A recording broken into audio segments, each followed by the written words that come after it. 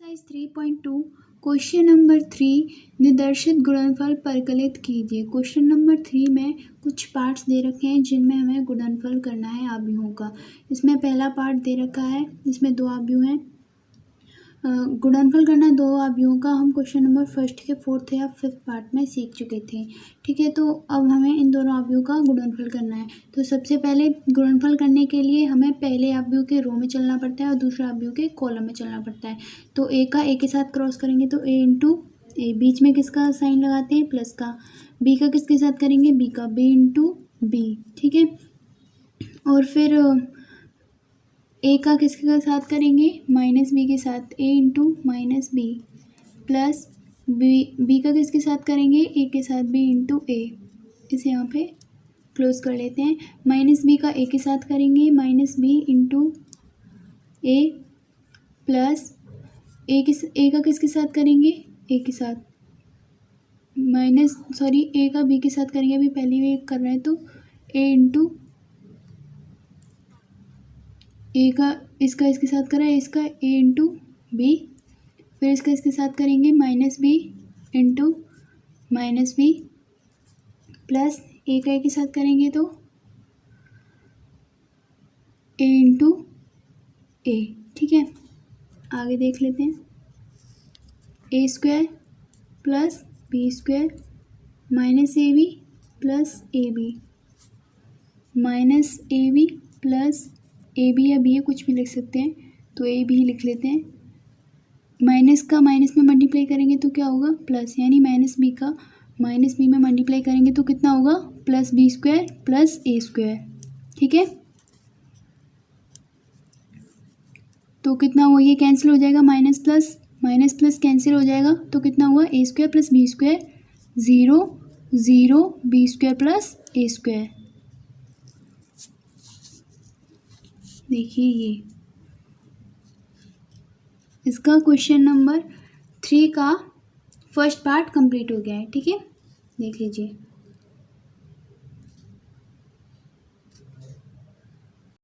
इसका second part है, इसमें भी दो आव्यूह दे रखे हैं, एक स्तंभ आव्यूह है और एक पंक्ति आव्यूह है, जो मैंने आपको फर्स्ट क्लास में बताया था। तो अब हमें इन दोनों का क्रॉस करना है। ऐसे क्रॉस जब आ जाते हैं, ऐसे गुणनफल करने के लिए जाते हैं आव्यूह के, तो इसमें हम मिस्टेक कर जाते हैं। हमें ये नहीं पता रहता कि आंसर कितने बाई कितने आव्यूह में आएगा, यानी उसकी कोटि क्या होगी, जो आंसर आएगा उस आंसर की कोटि कितनी होगी उस आव्यूह की। तो सबसे पहले मैं आपको कुछ इन्फॉर्मेशन यहाँ पे देना चाहती हूँ। ठीक है, इन्फॉर्मेशन ये है कि आव्यूह जो आएगा हमारा आंसर बन के, उसकी कोटि कितनी होगी, वो करेक्ट है या नहीं है, करेक्ट कोटि में लिखा हुआ है या नहीं है, ये मैं अभी आपको बताऊंगी। तो सबसे पहले हम जिस भी आव्यूह का दूसरा आव्यूह में गुणा करते हैं, पहले उनकी कोटियाँ देख लेते हैं, उनकी कोटियाँ कितनी हैं। तो इस वाले आव्यूह की कोटि कितनी होगी, देखिए इसमें पंक्ति कितनी है, पंक्ति 1 2 3, पंक्ति कितनी है, इसमें 3 है, और इसमें स्तंभ कितने हैं, 1 है, तो इसकी कोटि क्या हुई, 3/1। ठीक है, अब इस वाले की देख लेते हैं, इसकी कोटि क्या होगी। इसमें पंक्तियाँ कितनी है, इसमें तो पंक्ति सिर्फ एक ही है, इसमें स्तंभ कितने हैं, 1 2 3, स्तंभ 3 है, तो इसकी कोटि क्या हुई, 1/3। तो इसकी 3/1 है, इसकी 1/3 है, तो आंसर किस में आएगा, पहले वाला जो आव्यूह होता है उसका जो स्तंभों की संख्या होती है, उसकी स्तंभों की संख्या, और जो दूसरा वाला आव्यूह होता है उसकी पंक्ति की संख्या इक्वल हो, तब तो इसका मल्टीप्लाई संभव है। अगर ये इक्वल नहीं होंगे तो इसका मल्टीप्लाई भी संभव नहीं है।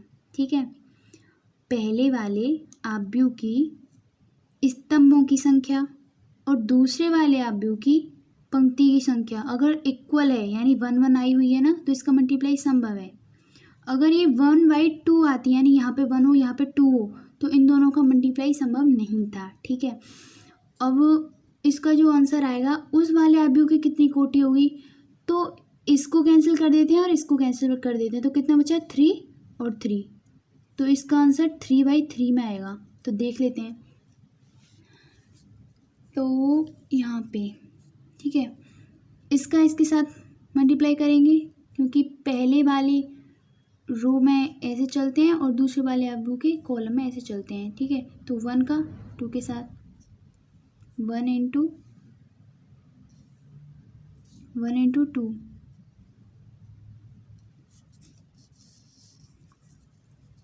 1 इंटू 2, ठीक है।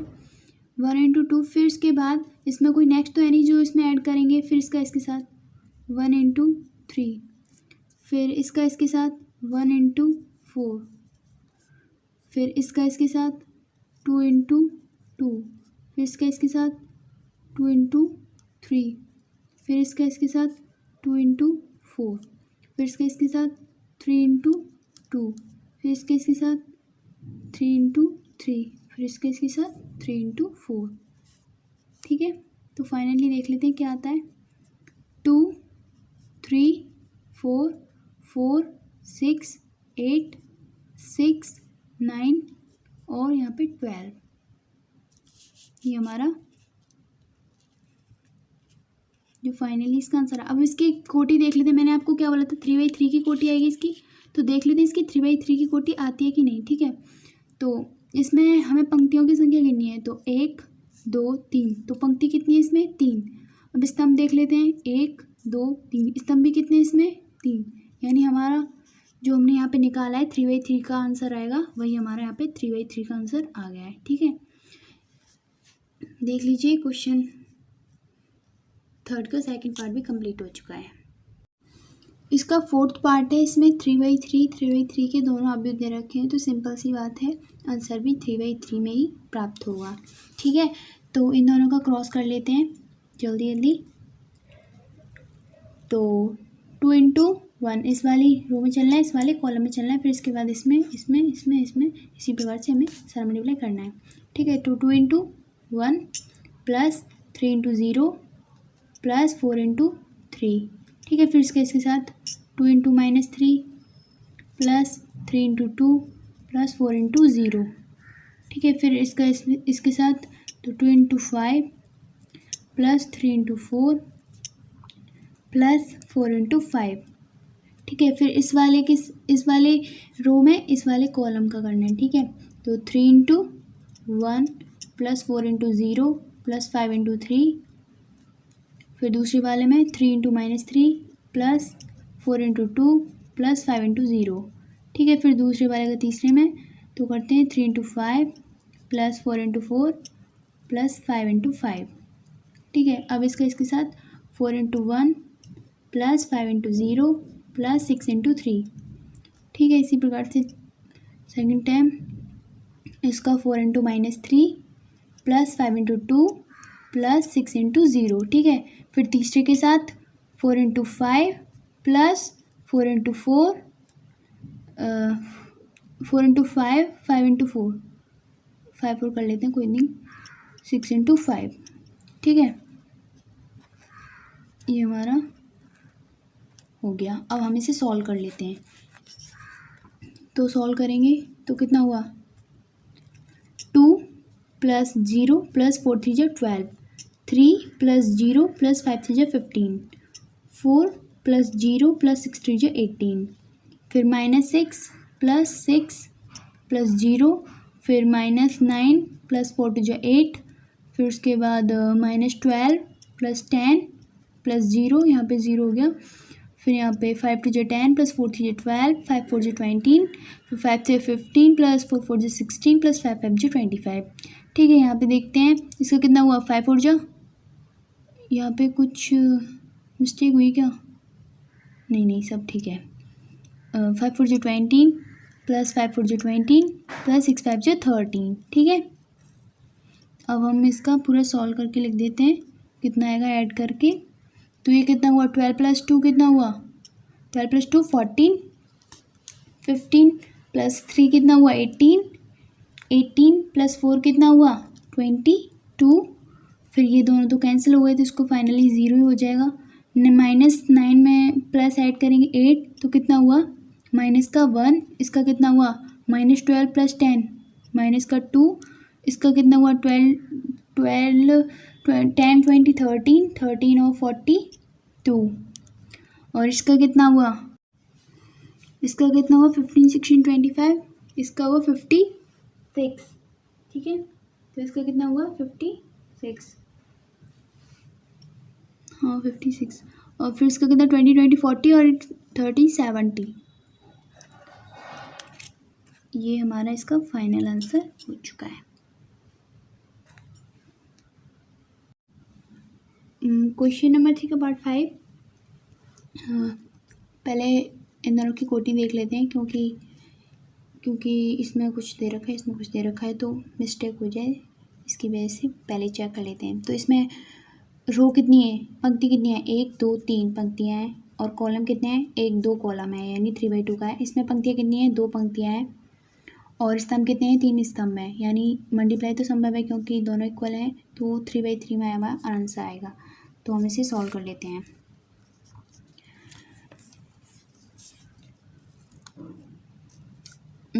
इसके साथ 2 × 1, फिर नेक्स्ट प्लस 1 × -1, फिर दूसरे के साथ 2 × 0 प्लस 1 × 2, फिर तीसरे के साथ 2 × 1 प्लस 1 × 1, ठीक है। फिर उसके बाद इसके साथ तो कितना हुआ 3 × 1 प्लस 2 × -1, 3 × 0 प्लस 2 × 2, 3 × 1 प्लस 2 × 1, फिर तीसरे के साथ -1 × 1 प्लस 1 × -1, कितना हुआ 0 प्लस 2 -1 प्लस 1, ठीक है। अब देख लेते हैं आगे। तो कितना हुआ 2 - 1 3 - 2 -1 -1, और कितना हुआ 0 और 2, इसका 0 4, इसका 2 और 3 + 2 कितना हुआ 5, डायरेक्ट ही कर रही हूँ मैं, 3 + 2 कितना हुआ 5, और ये 0, ठीक है। आगे देख लेते हैं इसका 1, 3 में से 2 है तो 1, और -1 -1 -2 2 4 2 3 5 0, ठीक है। इसका 5th पार्ट ये है। इसका 3rd पार्ट है ये। अब इसकी भी पहले कोटि देख लेते हैं, कितनी कोटि के हैं दोनों अवयव। तो इसकी कोटि कितनी होगी, इसमें रो कितनी है यानी पंक्तियाँ कितनी हैं, 1 2 पंक्तियाँ यानी 2, और स्तंभ भी 2 ही हैं, तो 2/2 का ये है। अब इसका देख लेते हैं, इसमें पंक्तियाँ कितनी हैं, 2 पंक्तियाँ हैं, और स्तंभ कितने हैं, 1 2 3 स्तंभ हैं, तो ये 2/2 का है और ये 2/3 का है, यानी मल्टीप्लाई तो संभव है क्योंकि इस वाले की स्तंभों की संख्या और इस वाले पंक्तियों की संख्या समान है। आंसर किस में आएगा, 2/3 की कोटि में आएगा। तो देख लेते हैं, 1 के साथ क्रॉस करेंगे 1, फिर -2 का +2 के साथ, यानी कि मैं डायरेक्ट ही कर दूँ या फिर चलो कोई नहीं कर देती हूँ, प्लस -2 × 2, फिर दूसरे वाले के साथ करेंगे तो इसका कितना हुआ 1 × 2 प्लस -2 × 3, फिर तीसरे वाले के साथ करेंगे तो 1 × 3 प्लस -2 × 1, ठीक है, इस तरीके से। फिर इसके साथ करेंगे तो कितना हुआ 2 प्लस 3 × 2, फिर इसके साथ